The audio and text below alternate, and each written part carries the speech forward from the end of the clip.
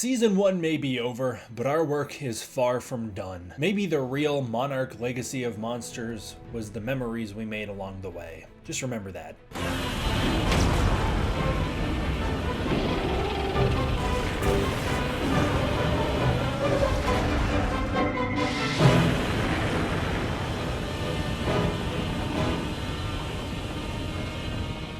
What's up everybody, D-Man back. Welcome to a brand new video, and today we are going to be diving on into the discussion-filled world of Monarch Legacy of Monsters Season 2 for our first Season 2 predictions video. I would really love if this becomes just like a normal thing we do on the channel until Season 2 comes out. I don't know how often, but every once in a while I'd love to dive on in. So, your challenge! Comment down below your thoughts, your theories for Monarch Legacy of Monsters Season 2, any unanswered questions you have about Season 1, anything you'd like to hear me discuss further, and maybe I'll put together like a Monarch Legacy of Monsters Q&A series in which I can do that every couple weeks or I don't know, however often, and we can keep the discussion alive because I personally loved the show. Even if you didn't love the show, I really loved the discussion week to week, and I really appreciated being able to go on this journey with you guys. So let's do it again.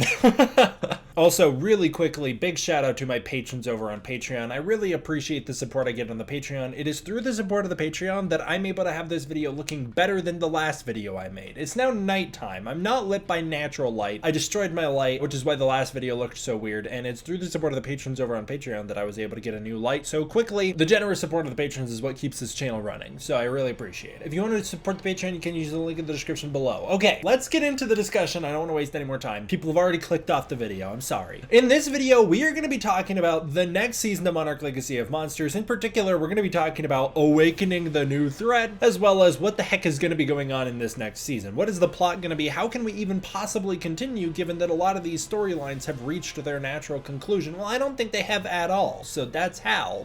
Video's over. That's all I had to say.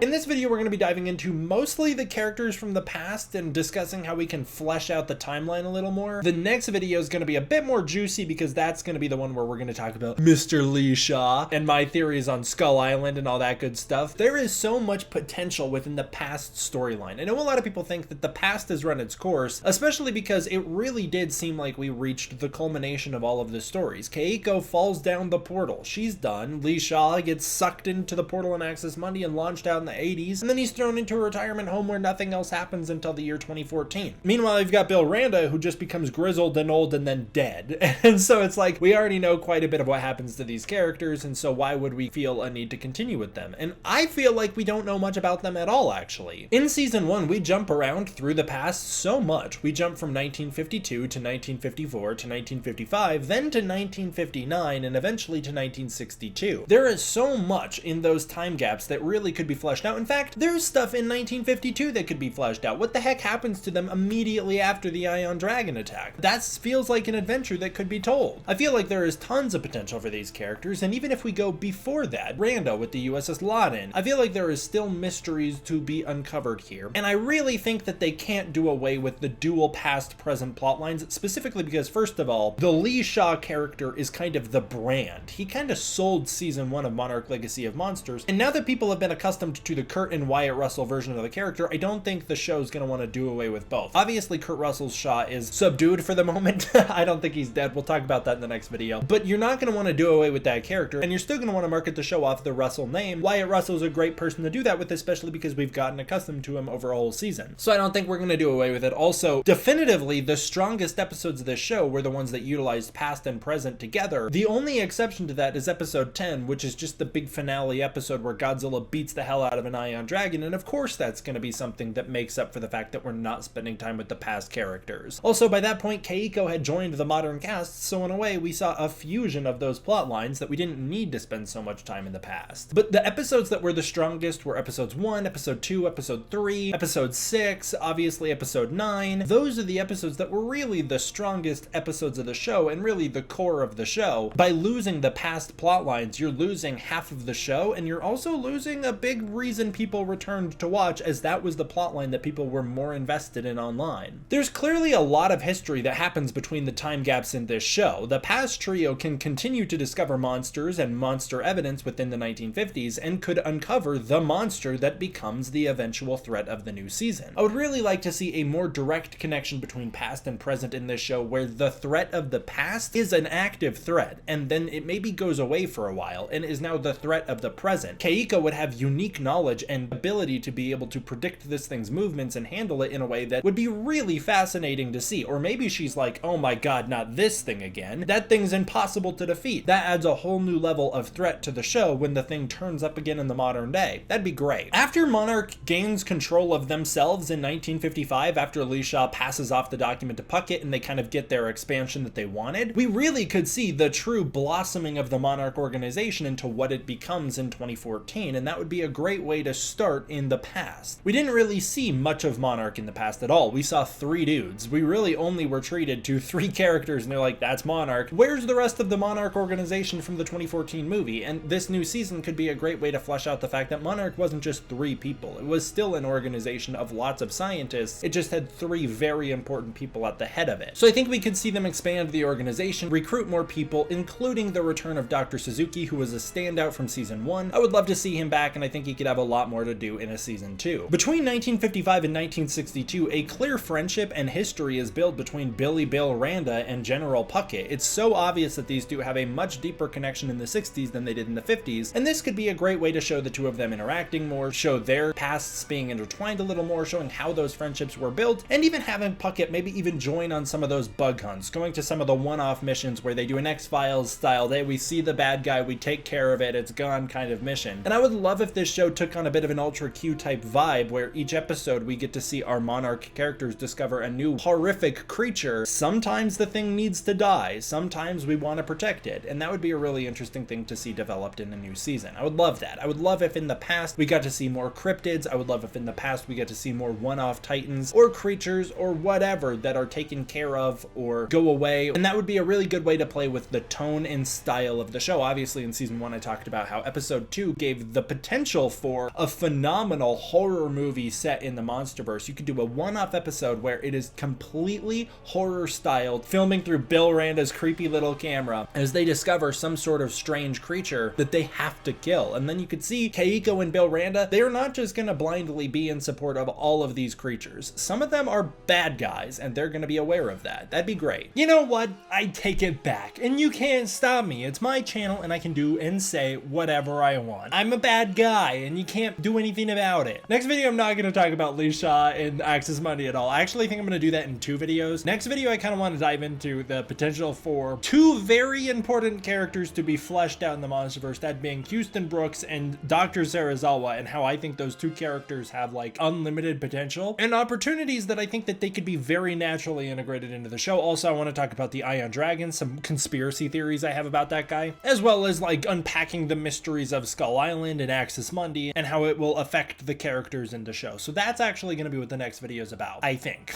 Tune in to find out. All right, well, that'll do it for this one, guys. Once again, I'd just like to give a big thank you to my patrons over on Patreon. I really appreciate the support. If you want to support the Patreon, you can use the link in the description below. Thank you guys so much for watching. I hope you enjoyed. I will see you guys next time for the next one. D-Man out.